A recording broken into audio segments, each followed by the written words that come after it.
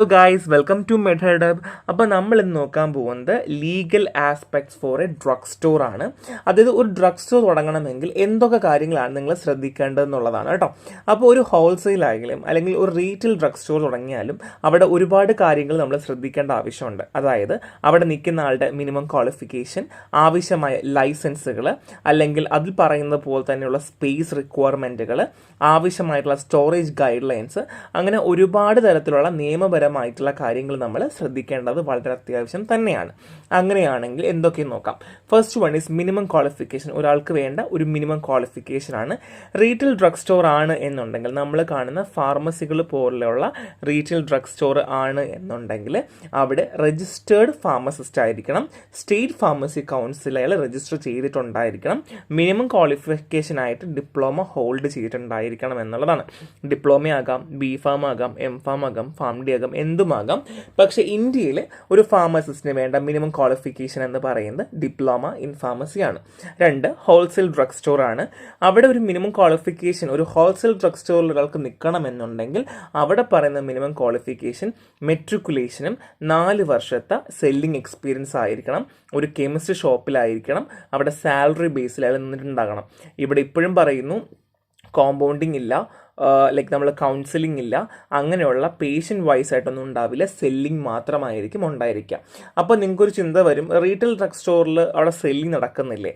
Retail drug store അങ്ങനെയല്ല. Prescription handling, counselling, selling, compounding, dispensing എന്നുള്ള എല്ലാ കാര്യങ്ങളും നടക്കുന്നുണ്ട്. എന്നാൽ ഹോൾസെയിൽ അങ്ങനെയല്ല. ഡിസ്പെൻസിങ് എന്ന് പറയുന്ന ഒരു സംഭവം അവിടെ ഇല്ല എന്നുള്ളതാണ്. ഒന്നെങ്കിൽ ഈ 4 വർഷത്തെ എക്സ്പീരിയൻസോ അല്ലെങ്കിൽ ഡിപ്ലോമ ഇൻ ഫാർമസി ഉള്ള ഒരു രജിസ്റ്റേർഡ് ഫാർമസിസ്റ്റിനോ നിൽക്കാവുന്നതാണ്. മിനിമം ക്വാളിഫിക്കേഷനായിട്ട് ഡിപ്ലോമ ഇൻ ഫാർമസിയും പറയുന്നുണ്ട് എന്നുള്ളതാണ്.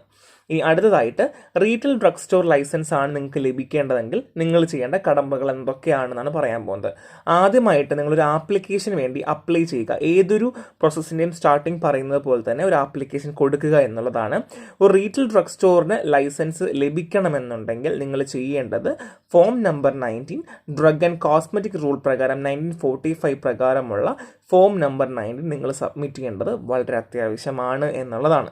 2, ഫീസ് പറയുന്നുണ്ട്. 1500 പെർ ലൈസൻസിന് പറയുക. നമ്മൾക്ക് ഓരോ തരത്തിലുള്ള ലൈസൻസുകളായിരിക്കും ഓരോ ഫാർമസികൾക്ക് ആവശ്യം ഉണ്ടാവുക. നമ്മൾ ഓൾറെഡി ഷെഡ്യൂൾസുകൾ പഠിച്ചതാണ്.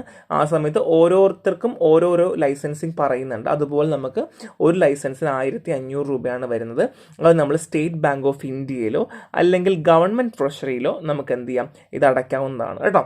2, റിക്വയർഡ് ഡോക്യുമെൻ്റ് ആണ്. നമ്മൾ ഈ ആപ്ലിക്കേഷൻ കൊടുക്കുന്നതിനോടൊപ്പം തന്നെ നമ്മൾ പലതരത്തിലുള്ള സർട്ടിഫിക്കറ്റ്സുകൾ സബ്മിറ്റ് ചെയ്യേണ്ടി വരും. അതിൻ്റെ സെറോക്സ് കോപ്പികൾ കൊടുക്കേണ്ടി വരും. Like education qualification, registration certificate and അഫിഡാവിറ്റ്സുകളൊക്കെ കൊടുക്കേണ്ടി വരുമെന്നുള്ളതാണ്. ഇനി ഹോൾസെയിൽ ഡ്രഗ് സ്റ്റോർ ലൈസൻസിങ് ആണ് എന്നുണ്ടെങ്കിൽ നേരത്തെ പറഞ്ഞതുപോലെ തന്നെ ആപ്ലിക്കേഷൻ കൊടുക്കേണ്ടത് വളരെ അത്യാവശ്യം തന്നെയാണ്. ഡ്യൂപ്ലിക്കേറ്റ് ആയിട്ട് കൊടുക്കുക. 19 form number 19 drug and cosmetic act rule 1914 പ്രകാരം ഫോം നമ്പർ 19 തന്നെയാണ് ഇവിടെയും കൊടുക്കേണ്ടത്. ഫീസ് പറയുന്നത് 1500 പെർ ലൈസൻസ് തന്നെയാണ്. സ്റ്റേറ്റ് ബാങ്കിലോ ഗവൺമെൻറ് ഓഫ് ട്രഷറിയിലോ നമുക്ക് അടയ്ക്കാവുന്നതാണ്. റിക്വയർഡ് ഡോക്യുമെൻ്റ് നമ്മൾ നേരത്തെ പറഞ്ഞതുപോലെ തന്നെയാണ്. പക്ഷേ ഇവിടെ ഒരു കാര്യം കൂടെയുണ്ട്, എക്സ്പീരിയൻസ് സർട്ടിഫിക്കറ്റും കൂടെ വെക്കേണ്ടതായിട്ട് വരുമെന്നുള്ളതാണ്. കാരണം എന്ന് വെച്ച് കഴിഞ്ഞാൽ 4 വർഷത്തെ എക്സ്പീരിയൻസ് ചോദിക്കുന്നത് കൊണ്ട് തന്നെ എന്ത് ചെയ്യേണ്ടി വരും, ഇവിടെ എക്സ്പീരിയൻസ് സർട്ടിഫിക്കറ്റും കൂടെ വെക്കേണ്ടത് വളരെ അത്യാവശ്യമാണ്. അതിൻ്റെ കൂടെ ഡിക്ലറേഷനും അഫിഡാവിറ്റും കൂടെ വെക്കേണ്ടി വരുമെന്നുള്ളതാണ് ഹോൾസെയിൽ ഡ്രഗ് സ്റ്റോർ ലൈസൻസിങ്ങിൽ പറയുന്നത്. ഇനി അടുത്ത് renewal of retail sale licence ആണ്.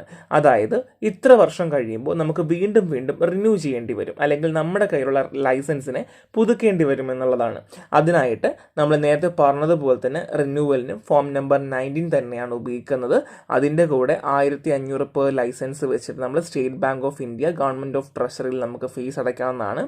ലേറ്റ് ഫീസ് ആണ് എന്നുണ്ടെങ്കിൽ ഒരു 500 രൂപ വെച്ചിട്ട് പെർ മന്ത് കൂടുകയോ, അല്ലെങ്കിൽ ആ ഡിലേ ആവുന്നതിനനുസരിച്ച് റിന്യൂവൽ ചെയ്യാനായിട്ട് എത്രത്തോളം ഡിലേ ആവുന്നു അതനുസരിച്ച് ആപ്ലിക്കബിൾ ആകുന്നു എന്നുള്ളതാണ്. സെയിം ഫോർമാറ്റ് തന്നെയാണ്. ലേറ്റ് ഫീസ് 500 രൂപ പെർ മന്ത് വരുന്നു എന്നുള്ളത് മാത്രമേ ഉള്ളൂ. പിന്നെ റിന്യൂവൽ ചെയ്യണം എന്നുണ്ടെങ്കിൽ അതനുസരിച്ച് എത്രയാണോ എമൗണ്ട് വരിക അതനുസരിച്ച് നമ്മൾ അടയ്ക്കേണ്ടതായിട്ട് വരുമെന്നുള്ളതാണ്. ഇനി ഹോൾസെയിൽ ലൈസൻസ് ആണ് എന്നുണ്ടെങ്കിൽ ആപ്ലിക്കേഷൻ നമ്പർ 19 തന്നെയാണ്, 1500 തന്നെയാണ്. ലേറ്റ് ഫീസും 500 തന്നെയാണ്. റിന്യൂവൽ അപ്പോൾ ഡിലേ ആണെങ്കിൽ അതനുസരിച്ച് എമൗണ്ട് കൂടും എന്നുള്ളതാണ്.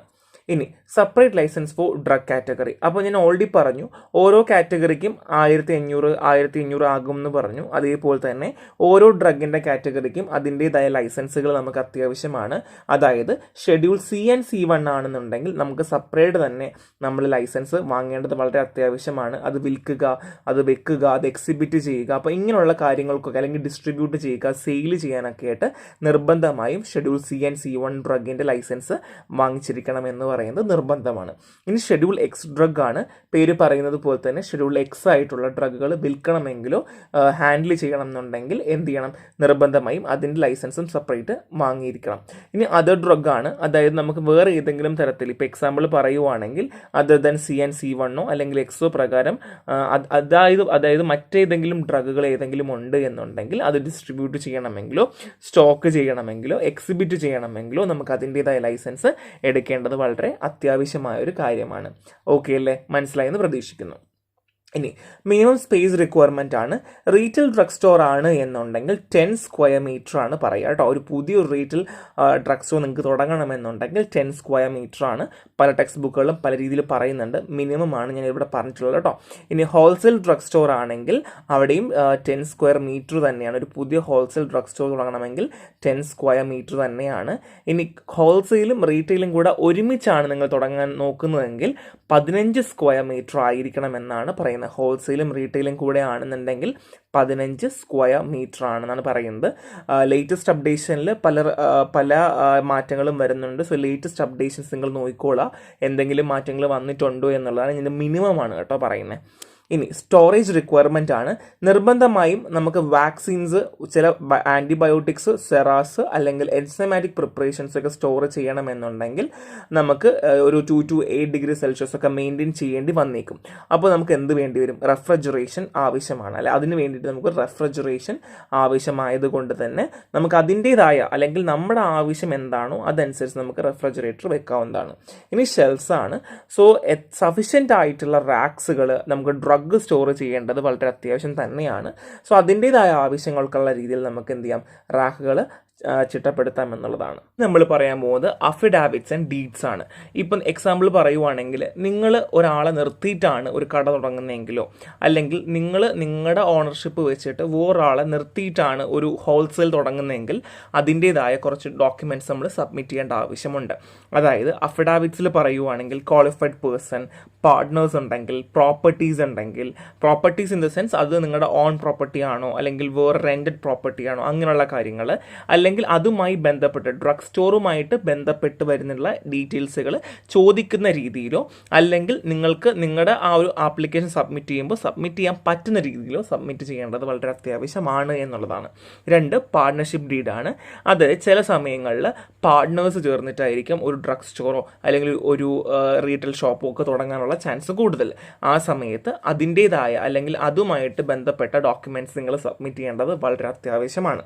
ഇനി ഓണർഷിപ്പ് ഓർ റെൻറ്റിലാണ്. അതായത് നമ്മൾ ഓൾറെഡി പറഞ്ഞതുപോലെ തന്നെ ഈ പ്രോപ്പർട്ടീസിൻ്റെ കാര്യങ്ങൾ പറഞ്ഞപ്പോൾ തന്നെ ഇപ്പോൾ ഓണർഷിപ്പ്, റെൻറ്റിൽ അതുമായി ബന്ധപ്പെട്ട കാര്യങ്ങൾ അല്ലെങ്കിൽ നിങ്ങൾ സ്വന്തമായിട്ടുള്ളതാണോ റെൻറ്റ് ചെയ്തതാണോ അങ്ങനെയുള്ള കാര്യങ്ങൾ നമ്മൾ സബ്മിറ്റ് ചെയ്യേണ്ടത് ആവശ്യമാണ് എന്നുള്ളതാണ് കേട്ടോ. ഇനി വാലിഡിറ്റി ആൻഡ് റിന്യൂവലാണ്. സോ എത്രയാണ് വാലിഡിറ്റി, എപ്പോഴാണ് നമ്മൾ റിന്യൂവൽ ചെയ്യേണ്ടത് എന്നുള്ള കാര്യമാണ്. റീറ്റെയിൽ സെയിൽ ലൈസൻസ് ആണ് എന്നുണ്ടെങ്കിൽ നമ്മുടെ ഒറിജിനൽ ലൈസൻസോ അല്ലെങ്കിൽ നമ്മൾ റിന്യൂ ചെയ്യേണ്ടത് എന്ന് പറയുന്നത് 5 വർഷമാണ് കേട്ടോ. വാലിഡിറ്റി എന്ന് പറയുന്നത് നമുക്ക് 5 വർഷമാണ്. എക്സ്പയറി ആകുന്നതിന് മുന്നേ തന്നെ നമ്മൾ നിർബന്ധമായി എന്ത് ചെയ്യണം, റിന്യൂവൽ ചെയ്യേണ്ടത് അത്യാവശ്യം തന്നെയാണ്. 2 ഹോൾസെയിൽ ലൈസൻസ് ആണ്. ഹോൾസെയിൽ ലൈസൻസ് ആണ് എന്നുണ്ടെങ്കിൽ അല്ലെങ്കിൽ ഒറിജിനൽ ലൈസൻസോ അല്ലെങ്കിൽ റിന്യൂവൽ ലൈസൻസ് ആണ് എന്നുണ്ടെങ്കിൽ നമ്മൾ എന്ത് ചെയ്യണം, എല്ലാം 31st December of the year following, അതായത് വരുന്ന വർഷങ്ങളിൽ 31st ഡിസംബറിലാണ് നമ്മൾ റിന്യൂ ചെയ്യേണ്ടത്. The year in which grand or renewed, ഏത് വർഷമാണോ നിങ്ങൾ ഗ്രാൻഡ് ചെയ്തത് അതാത് വർഷത്തിൻ്റെ 31st ഡിസംബർ, അതായത് ഓരോ വർഷം കഴിയുമ്പോഴും അതിൻ്റെ 31st ഡിസംബറിൽ വേണം നിങ്ങൾ എന്ത് ചെയ്യേണ്ടത്, ഈ ലൈസൻസ് റിന്യൂ ചെയ്യേണ്ടത്. Original licence or a renew licence to sell drug or a wholesale basis is valid up to 31st December of the year following the year in which is granted or renewed. Okay, അപ്പോൾ അതായത് നിങ്ങളിപ്പോൾ 2024 നിങ്ങൾ renew ചെയ്യാൻ വേണ്ടി means അല്ലെങ്കിൽ renew ചെയ്യാനോ അല്ലെങ്കിൽ പുതിയൊരു ലൈസൻസ് അപ്ലൈ ചെയ്തു എന്നുണ്ടെങ്കിൽ ഡിസംബർ 31 എന്ത് ചെയ്യണം, നിങ്ങൾ അടുത്ത അത് റിന്യൂ റിന്യൂ ചെയ്യുകയോ അല്ലെങ്കിൽ ഇപ്പം എന്തായാലും റിന്യൂവൽ ആണല്ലോ, ഒറിജിനൽ ലൈസൻസ് കിട്ടിക്കഴിഞ്ഞാൽ പിന്നെ റിന്യൂവൽ ആണല്ലോ, അപ്പോൾ നമ്മൾ റിന്യൂവൽ ചെയ്തുകൊണ്ട് തന്നെ ഇരിക്കേണ്ടത് അത്യാവശ്യം ആണ്. ഓക്കെ, ഇത്രയുമാണ് നമ്മൾ ബേസിക് ആയിട്ടുള്ള കാര്യങ്ങൾ പറയുന്നത്. ഒരു സിമ്പിൾ ചാപ്റ്റർ ആണ് ഇത്. എന്തൊക്കെ റിക്വയർമെൻറ്റ്സ് വേണം, എന്തൊക്കെയാണ് ലീഗൽ ആസ്പെക്ട്സ് എന്നുള്ളതാണ് നന്നായിട്ട് പഠിക്കുക. ഇതിൻ്റെ മോറോവർ നമ്മൾ ജൂറിസിൽ പഠിക്കുന്നുണ്ട്, എന്നാൽ തന്നെ ഇതിൻ്റെ ഡ്രഗ് സ്റ്റോർ ആകുമ്പോൾ ബേസിക്സ് കാര്യങ്ങളെല്ലാം നോക്കി വെക്കുക. അപ്പോൾ നെക്സ്റ്റ് ഇടണം. ബൈ.